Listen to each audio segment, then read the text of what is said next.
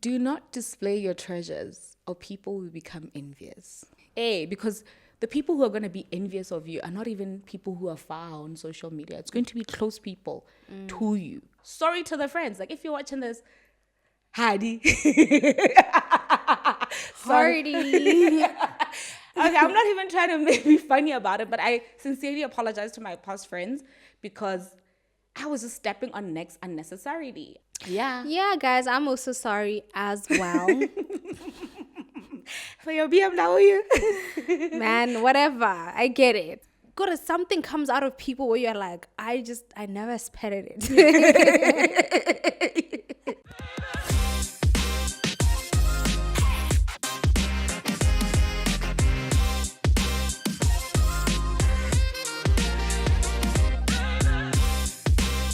The sapiosexual platter. Let's talk about envy. It's the emotion that nobody posts about, but I'm sure everybody scrolls with. It's not just, I wish I had that. It's, why them and not me? On today's episode, we are taking envy out of the shadows and into the spotlight. No fluff, just real talk, because this needs to be addressed, because behind every relationship, there's an element of envy. My name is Shatani Samalakai. And I am Bels Abo Ame. Welcome to the sapiosexual platter. Yeah. Mm-hmm. Have you ever been jealous of me? Have I ever been jealous of you? Let me actually think. I wouldn't say jealous. I would say there are things that you say sometimes that are just like, why would somebody say that?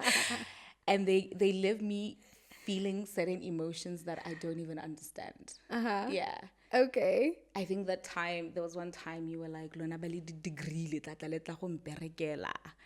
And then I think recently you said, la go di magic ka hana batho ka hana bone go di chaos. I don't know. You said something to that effect, and I was like, who says that? Tiny. Yes, I was just like, who says that? Why would somebody say such things? So I think those are moments where I feel emotions similar to, not jealousy, but I feel like they're the same family. Where it's like, I was just chilling by myself and I'm good. And then just out of the blue, somebody, projects or throws something at you that you're like, what is that? Yeah. And why would you do that? Yeah. Yeah. Wow, I didn't expect the topic to begin like this. Or the I didn't expect the topic to begin the way that she began it, but if we're going to be real. Right. Yeah. I guess I should then confess my moments of envy. I think for me, it's like your grandness. Like, so you show up in a room and it's like, like eyes roll, like, and then you just get to a place where you're like, the audacity, you know, to do all of that. And it's like you say, I came to an event and I did my best. And, somebody came and showed you that your best is just dust, basically. And I don't even think it's that, though. Because I feel like the way we show up different. And I think our relationship works because it's a relationship of equals, from my perspective. Yeah. I feel like we're main characters. And one of the reasons why maybe past relationships of mine didn't work out is because I got to a place where I felt like, oh, that person became envious or that person became jealous. And I put the blame on them. But now where I am, I just take full accountability of putting people in states of envy. I don't think it's the doing of that person. I think it's an evocation of sorts. You think so? I think so. You think people are deliberately evoking anything? I think so. Are you evoking that when you like... No, but my intention is not to evoke it, but I can't be ignorant of the fact that I evoke it.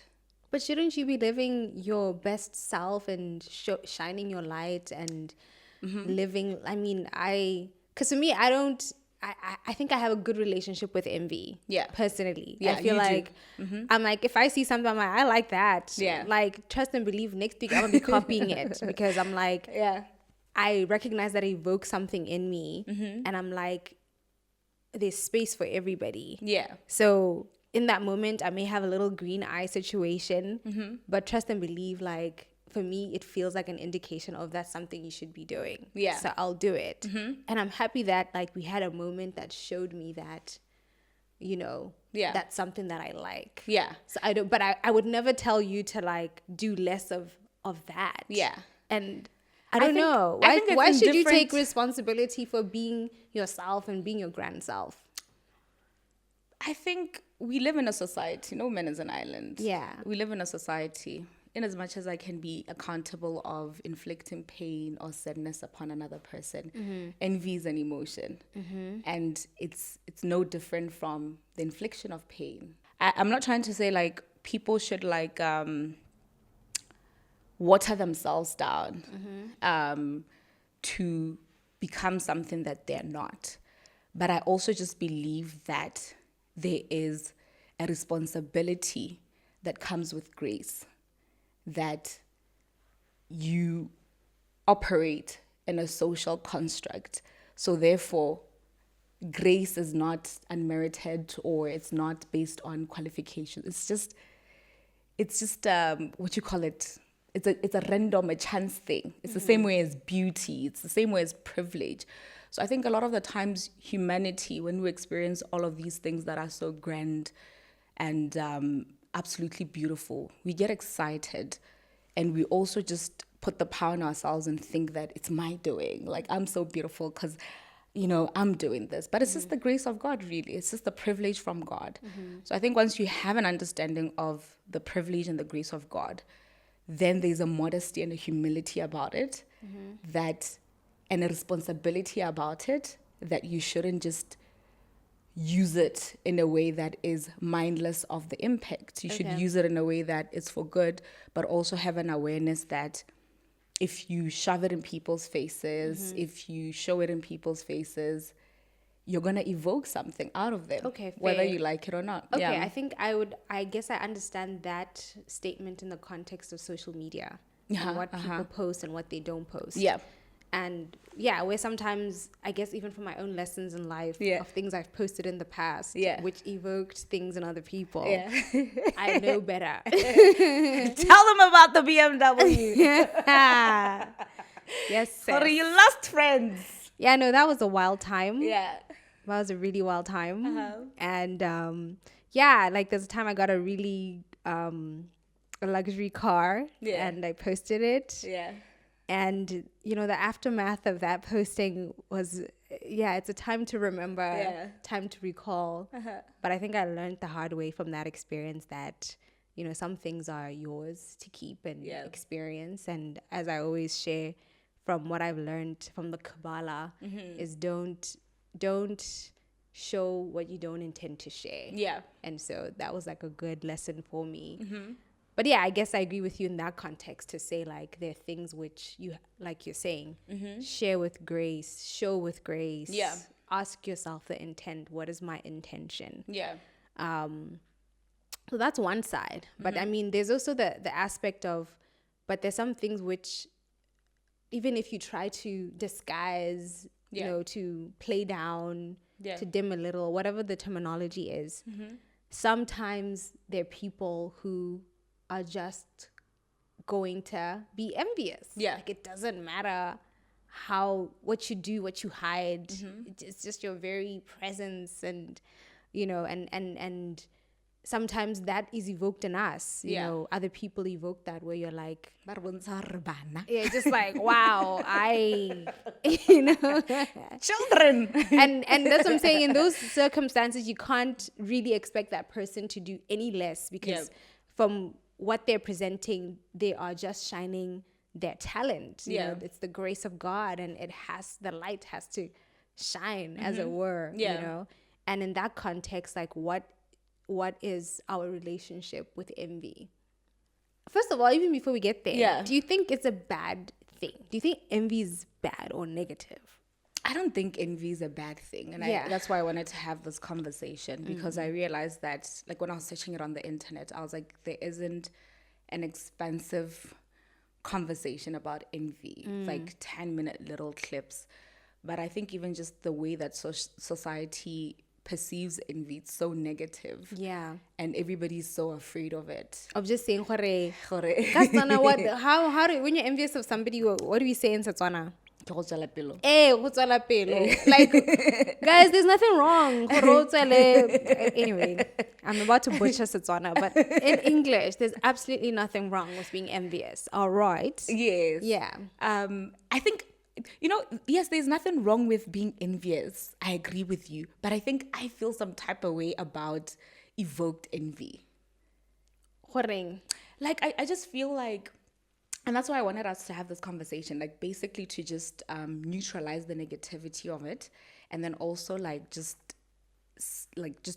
break it down in terms of like different things that can make you feel envy. When you look at the definition of envy, let me just pull it up now.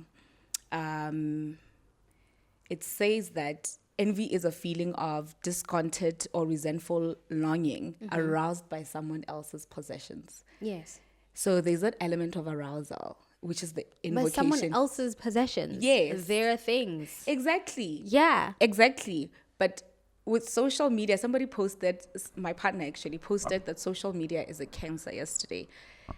And I was having a conversation with our director producer, Thabo, that back in the day, before social media, I didn't know how you guys lived at your house. Yeah. Unless I come for a sleepover. Yeah. But it's like, I was just living my life, and I was very happy with my life because that was my only exposure to reality. And I was making do with what I have. Now with social media, it's like there's an element of arousal. A man can be a very good man. And then it just takes a woman who understands like nuances he likes to arouse him or seduce him into sin, or her having him, or her like attraction, or whatever it may be. So I feel like just the same way that you can have a recipe for attraction, which is a physiological and a psychological state, I think envy as well has those elements. And you can be sitting by yourself not having any envy of me, and there's something that I'm gonna come and do, stepping on necks. Lead us to filth, don't you? Hey, and that actually, you have a point, because I know. So a few years back, my cousins and my sister and I, we used to do this thing where like get so successful that you're jealous. So you gotta like, but we were just being so funny about it. Yeah. Gotta like, yes, that's why shimmy so easy, like, exactly. But as a joke. But I'm like, okay, but all jokes contain some true stuff. Fine. So yes, I just think it's that, and we as a society, because of social media and putting things on display, a lot of the times it's like when people feel envy, we then become like, oh my God, I can't believe she felt that emotion. I can't believe that she was jealous of me. And it's like, but you put it out for everybody to see. You went with the intention to step on necks. Yeah. So when you go with the intention like to step on necks. when we go out for lunch and it's just totally chilled, and my friend decides that she's going to come 30 minutes late, dressed up like...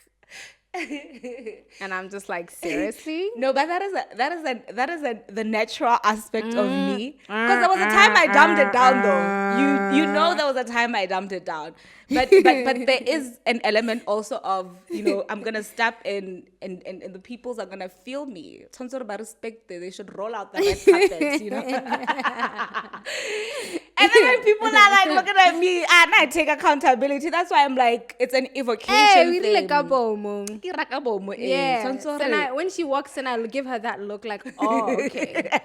You know what I remember? Like, I'll always laugh at this moment when we went to that Impossibina festival. Oh, yeah. And like, we basically left the house and she looked at my outfit like, your outfit is so basic.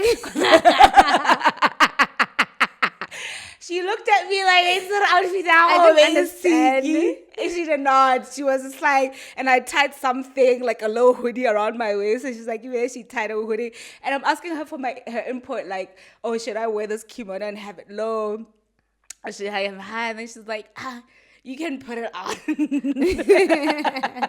And then when we got to the event, everybody was like, whoa, your outfit, whoa. Everyone was fangirling her. I was over it. Like, I was just like...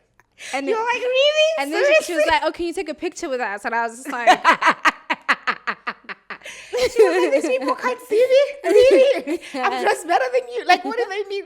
And she's just like, I'm confused. I'm confused. Yeah, that was I confusing. lost, what do you say? Maybe I don't know fashion or, it's such moments. When I'll be like, okay, I'm glad you're envious. I'll step on your neck. I know. You're telling me. That day you stepped, Shem. Show me how react in one. Yeah,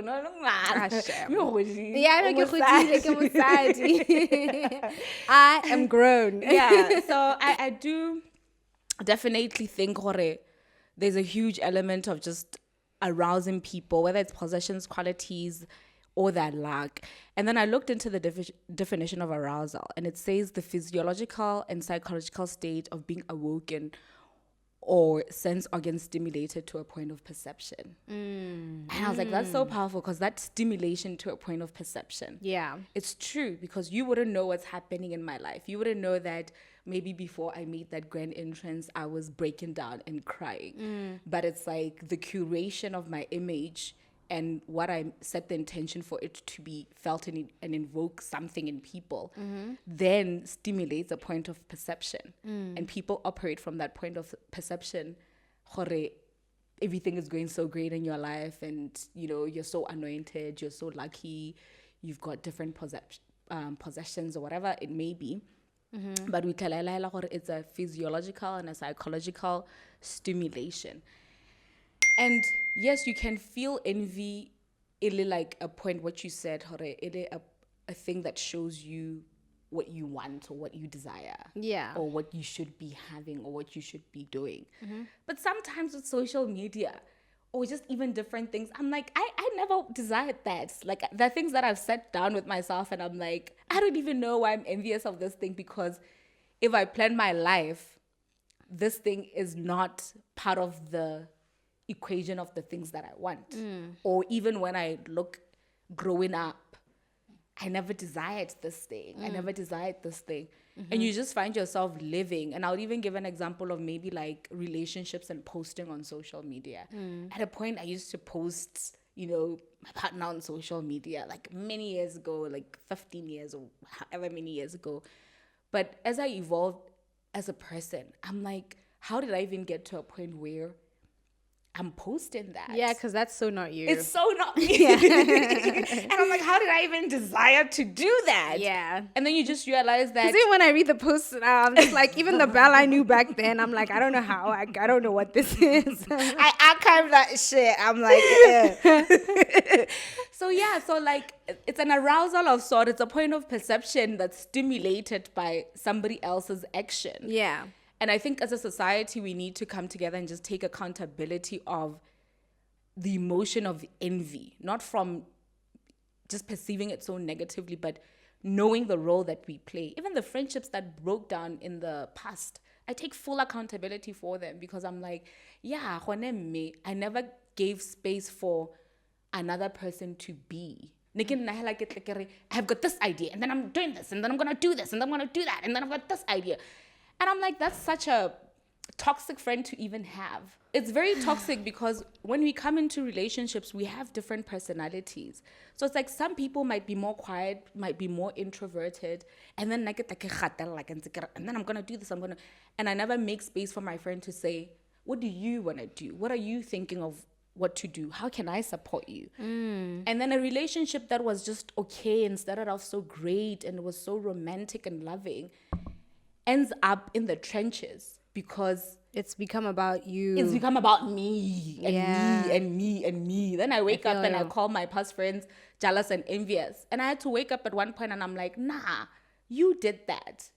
Nobody entered the equation jealous or envious of you. it's an emotion that built with time, the same way that love builds. So it's like you have to take responsibility that as much as you cultivate love in your relationship, you can cultivate any other emotion. And it's Wow. your responsibility. So I was like, wow, sorry to the friends. Like if you're watching this, Heidi. Hardy. Okay, I'm not even trying to be funny about it, but I sincerely apologize to my past friends because I was just stepping on necks unnecessarily. I should have been, I don't know. Yeah. Yeah, guys, I'm also sorry as well. For your BMW. Man, whatever. I get it. Like, I really do. And it's the truth. We're all growing. There's evolution. And, you know, it's good to just come to this awareness. I love this lesson, which is, you know, there's a part of envy which demonstrates to you, you know what?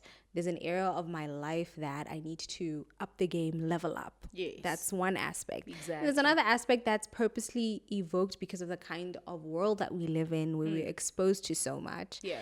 And in that sense, the people who are the creators, because we always talk about that to say, you know, rather be a creator than a consumer. Yeah. But even in your state of creation, ask yourself, like, what's your intention? Am I trying to inspire? Am I trying to move humanity forward? Yeah. Or am I really just trying to step on necks. you know?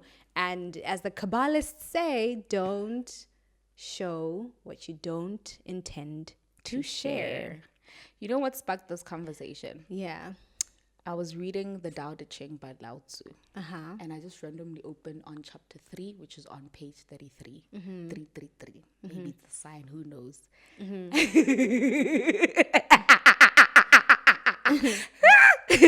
And it said, do not display your treasures or people will become envious. That's what sparked. Yeah. The responsibility and the onus is on the yo, Wow. on the person to say, do not display your treasures. And treasures is not just money. It could be, you know, different things. It could be your luck. It could be your grace. It could be your anointing. It could be your wisdom. To be your people. It could be your people, your, network, talents. Exactly. Because the people who are going to be envious of you are not even people who are far on social media. It's going to be close people to you. Get like shitty. And then this. Yeah. And then this. And then this happened. And Yeah. it's like, that's all great and well. You want people to celebrate with you, but just make space. Make space. I don't know. I don't know. No, I agree. I think there's a lot of wisdom to that.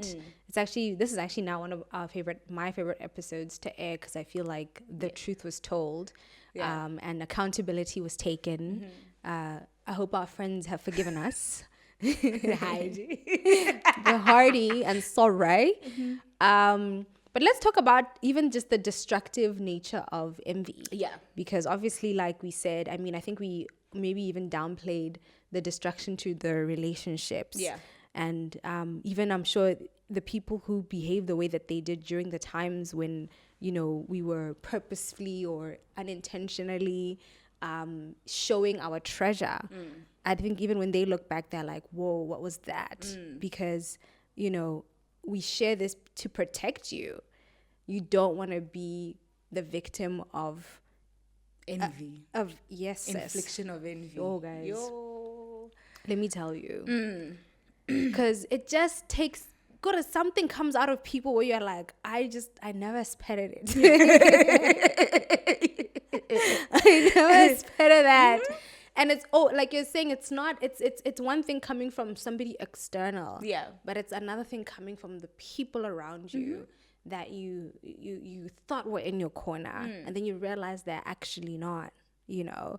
And man, no, guys, you don't need, let me just, first, from somebody who's experienced as a big sister or as an auntie, whatever I am to you, you really don't want to experience that. It changes your world in a way that, I even remember a senior attorney at the time calling me when I posted the car.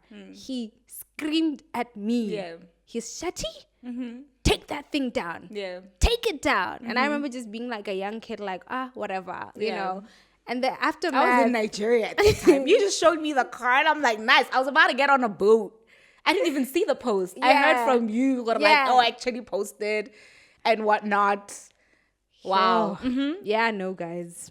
Yeah, that was a time. That was a time. But I'm still grateful for it, because I do feel like some of it was toxic. A lot of it was toxic envy, because like I said, I think there's different types of envy. The type that inspires. Yeah. And then there's types where you're just like, now you're just being evil, brah. Yeah. You know, and so I'm glad for it, because it weaned out a lot of people that I realized, you know, never mind that this may have evoked some momentary envy in you. Yeah. Now that we've moved on, what now? Like, now why are you still in my face? You know what I mean? And it's like, I'm glad for the weaning that happened, but like you say, we take accountability. Don't show what you don't intend to share. Yeah. Yeah. And show your treasures. No, agreed. I think also it's just to ask yourself, what is the spiritual significance of the emotion that you're feeling when you find yourself feeling envy, as you're saying? And that is the question that will then transmute the feeling into positivity. Because societally, it's like everybody's so afraid to Then lean into the envy. lean into it. Exactly. Like, if you see somebody with a nice thing, just be like, yo, I like that you have that nice thing. Like, if you see somebody who's accomplished something, I like that I am so big on that. Like, when I see somebody, I'm like, oh, I didn't know that it could be that big. I didn't know that it could be that great.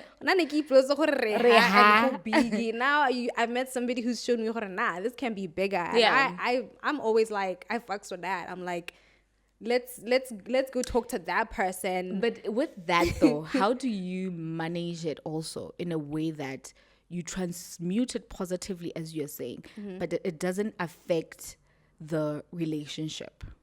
Because sometimes you'd find that friendships break down because of that. Because another friend would feel like you're trying to be me. You would be saying, oh, I like that, I'm gonna get that. I like that, I'm gonna get that. And then the relationship thrives on individuality. I'm doing my own thing, you're doing your own thing. And then sometimes things meet along the way, and that's absolutely fine.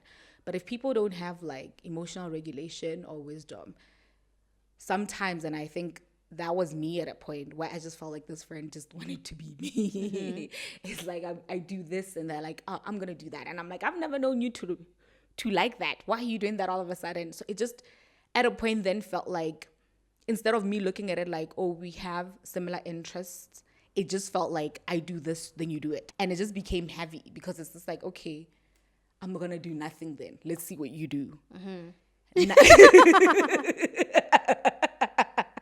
So now I can have a positive relationship with that, because imitation is a form of flattery.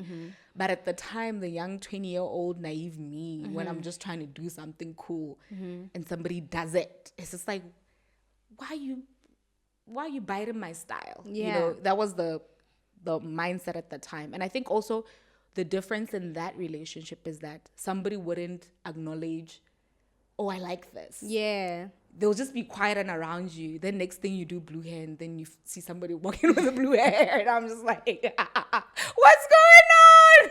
What's going on? You know, you wear an outfit a certain way, and then the next time you meet up with them, they're wearing, I remember there was a time I came in with this friend and we're wearing the exact same outfit frame. And she had never said to me like, oh, I like your outfit, I like your style, I like, because you do that a lot. Like, I like this, I like this. Man, I'd be telling her. Yeah. And then I'll tell her like, okay, so I'm gonna get I don't even understand why when you bought what you bought, you didn't think to buy it for me. And I appreciate that, because I feel like that's a more healthier approach, where you neutralize the emotion as opposed to containing it, being silent. And then next thing, Rebana Moto coming looking like your twin. Yeah. Yo,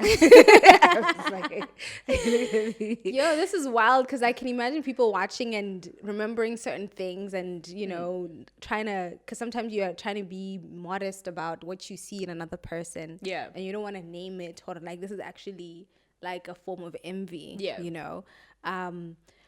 But I think like one way is to just, for me, you're gonna be around people that you admire.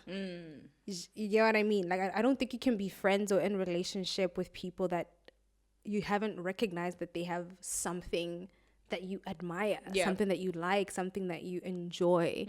So I think for me, that's the starting point. Yeah. Like, I'm your friend, not just because you're good to me, but also because you possess certain cool things. Yeah, interests, values, qualities, everything. There's a lot of things I'm like, I like that. Yeah. So for me, naturally, I would think the same thing. So it doesn't surprise me when people around me have a liking to something, because I'm like, yeah, that's why we're friends. No, or that's why we're in each other's circle. So I think that's one way to, if you start from that fundamental point of we're in each other's lives because of all those shared interest, values, and all of that, that will help with neutralizing when envy pops up.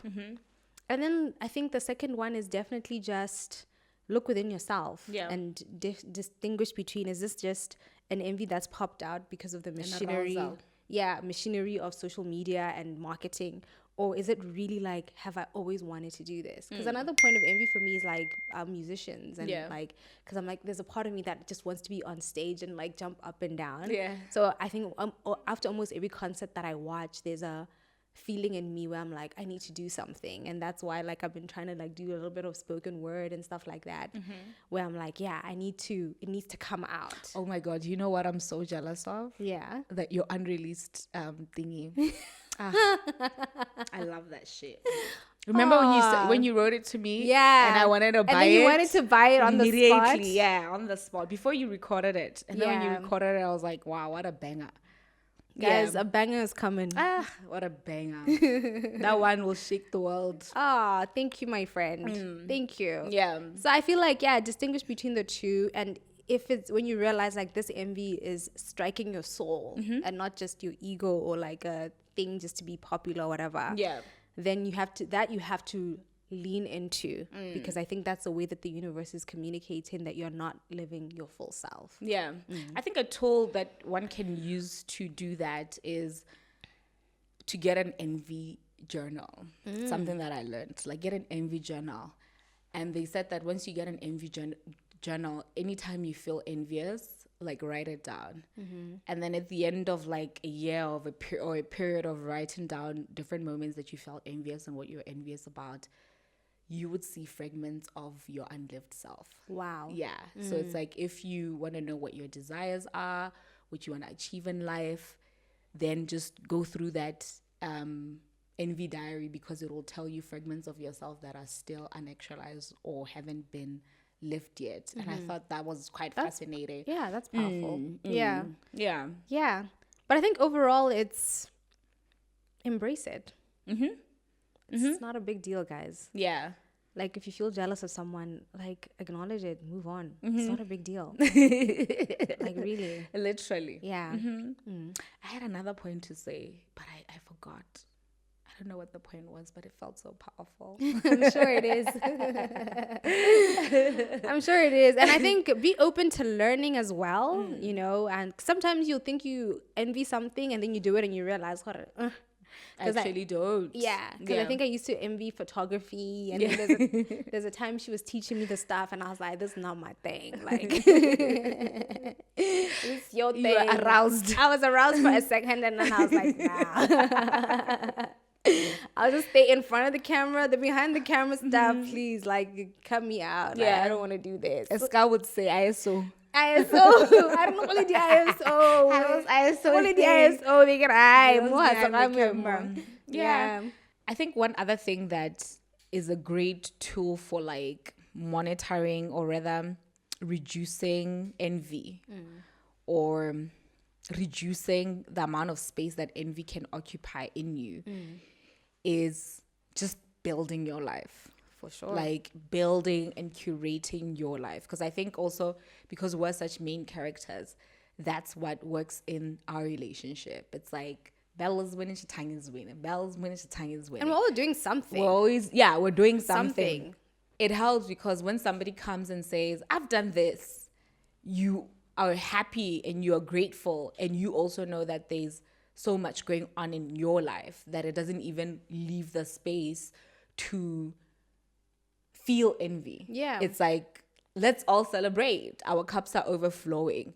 So I think a deep concentration in your own life and turning your lens into your life and really building your capacity, your possessions, your luck, your looks, your everything, your network, is a big part of that. But one thing that I just thought about is like the dynamic between Elon Musk also and Donald Trump. I feel like a huge aspect of the relationship breaking down. Remember the meme I sent you yesterday? I know. See a lawyer, see a lawyer. See a lawyer. I feel like one huge aspect of it is envy. For sure. Like, in as much as Elon Musk is rich and he's winning in his different endeavors, the fact that he can't attain the level of power of Like being political the US power. Yeah. president, it does something to him, because I think he thought it would be sufficient to be Donald Trump's friend. Yeah. And, go to the campaign rallies and be around him. But realizing that he can't maybe have access to certain things that are the doing of Donald Trump, or like the bill, because he was upset about the bill that Donald Trump because passed. you're not the president. Sorry. Yeah. But do you believe, with another set of celebrities, do you believe when Oprah and Gayle say that they've never been envious of one another? I don't know. Uh-huh. I believe it. Okay. I do. Because you know what? I do think some people just have a wisdom. Like I said, I have a good relationship with envy. And I hope it stays that way, right? But I also feel like somehow God makes it so that I understand certain things at certain times. Yeah. I remember that conversation we had about power and the difference between monetary power, political power, and all those different things. Yeah. I feel like it opened up my mind to, even when you're building yourself, understand what you're building, right? So I understand what I'm building in terms of my career. Yeah. And the power that comes with the kind of things that I invest time with. Yeah. There's a place and a time for that power. Yeah. There's certain powers that you're building, which I don't have. You know what I mean? Yeah. And so I can, when that comes into full fruition or manifestation, can't be there acting fresh because I know that I didn't make the investment that you made. Yeah, you didn't make the sacrifices. You know what I mean? Yeah. So I think that maybe Gail has an awareness, or either one of them have an awareness, because, maybe, and you know what, I'm also kind of slow because like I just respect both of them so much. Yeah. But like Oprah has, all the power she has. Gail has family power in terms of children and things, and I've realized, so there's a power that comes with building a family that, you know what I mean? And I acknowledge it. So I'm like, maybe they just get it and they're comfortable with the seeds they've invested in, the things that they truly internally want. Yeah. Yeah. No, definitely. I have a respect for them and admiration. Yeah. And I do agree. But I think a feeling is a feeling. It's like, it's unrealistic to be like, oh, you've never made me feel sad. You've never made me feel pain, or I've never made you feel sad or pain. I think feeling the feeling is a different thing as opposed to what you do with it. Right. I think they may have wisdom about what they do with certain emotions that they feel. Yeah. But emotions are things that are in you. And, Right. it's invisible. Nobody can ever say like, oh, I see it, or you were envious, or sometimes you can see it, but sometimes somebody So maybe knows how there's to hide just it. there's a tiny lack of integrity in the way that they phrase. Gail has never been jealous of me. Yeah. I'm like, you don't know that. But I think the point is, it's checked. Maybe they're just trying to say like, I feel comfortable enough that when those feelings arise, they're not going to take over the relationship, and that's the longevity in their friendship. Yeah, definitely. Yeah. So better phrasing on their part, so that it better doesn't phrasing. create the impression that you will never feel any type of envy, because obviously we started this podcast with, have you ever felt a moment? And it's evolving because we're also evolving. Yeah. So I imagine there'll be a time when you do something where I'm like, Yeah. oh my gosh, why not me? And the same with me. And vice versa. But just knowing that when that time comes, you have the skill set to be able to approach that situation and ask yourself the tough questions of, is this just that thing that we talked about? Yeah. And then when you do that, then, you'll be able to resolve it. Or maybe I need to start doing a course she's done, or I need to get into a class she's done. Or maybe not. Maybe it was just a moment because I like the glory moment you had, but now I'm just like, that's really not my thing. ISOs and cameras really not my thing. I think the reason why I found it hard with them to believe that none has felt envy or whatever, they were both in the same industry. Yeah. They were both media correspondents, and then one's career took off for so many decades. And then, they did it together, or they worked together. But I feel like Gail now is getting like her moment or like her glory moment after Yes. so I'm like, okay, now you're finally getting your glory moment and the world is seeing you for the media person that you are and you're trending. If this has always been your aim and your target, I don't know, it's just hard to think if this has always been your aim and you've gotten to it now when you were seeing your friend live out some of your dreams. Yes, you were happy for her, but surely you should have felt something. I don't know. But Fair. I love you both. Yeah. Thank you, Oprah and Gail. It'll be interesting to see what the society moves forward with envy. But I just wanted to bring it home before we close. In Botswana, there's this thing where Botswana banale like a pull down syndrome. And I think that pull down syndrome is a big envy culture. For sure. It's like they want you to be at a certain level. And once you go past a certain level, they do everything in their power to pull you down because it's like we must be accelerating at the same pace, succeeding at the same time and stuff like that. Or what do you think about our country has that pull down syndrome that people speak about? I think it's scarcity. It's a mindset of scarcity. Yeah. So do you say envy is a mindset of scarcity? Absolutely. Okay. Yeah, because it's like, why them, not me? And it's like, why not both of us? Yes. Why can't you imagine a reality where all of us are succeeding? Like my favorite line in a song by Jay-Z and Beyonce, over here we measure success by how many people are successful next to you. And for me, the times that I've had the time of my life is when everybody around me is like, winning. You get a car. You get a car.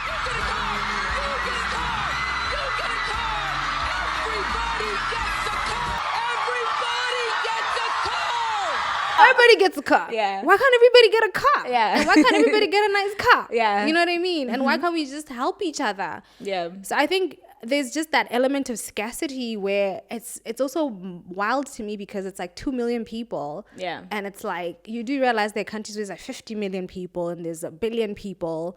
And here you are like upset over your friend that's got something that in the grand scheme of the world, it's so minute. Yeah.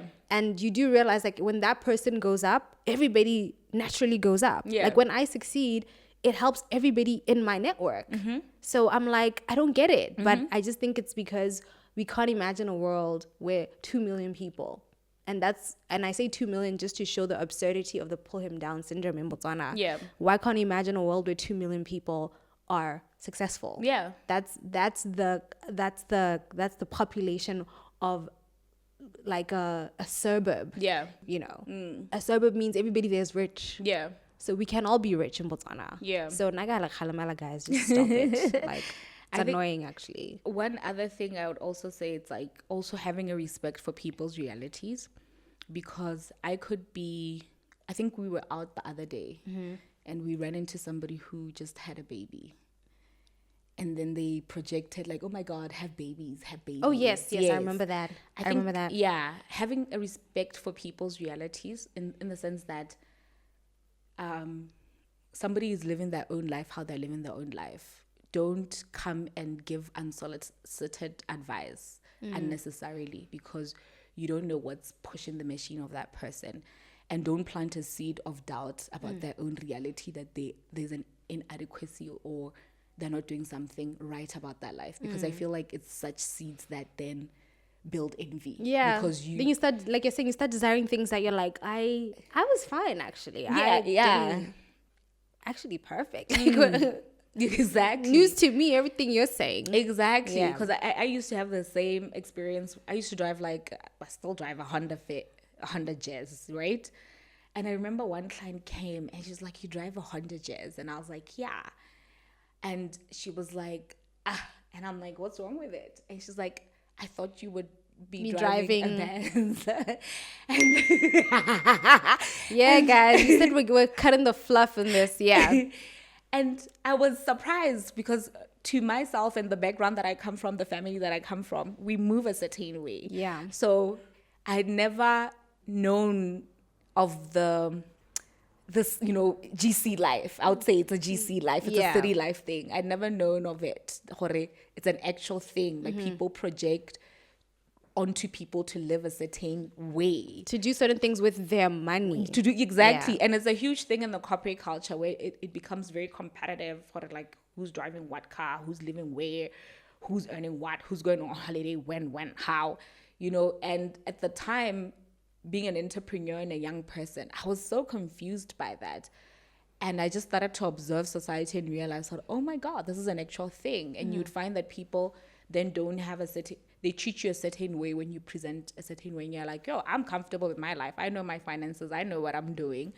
But you are trying to project inadequacy in my reality, a reality that I was so content with. Happy. And if I wasn't grounded as I was at the time, I would have fallen into the trap that a lot of people in Gaborone fall into, where it's like you then start to live above your means because you are trying to catch up to different lifestyles that you've been aroused by, and envy has been created in you without saying, hold up a minute, I'm not there. I'm not that person. I'm moving things a certain way. And even if I'm there, I could have the money for the Benz.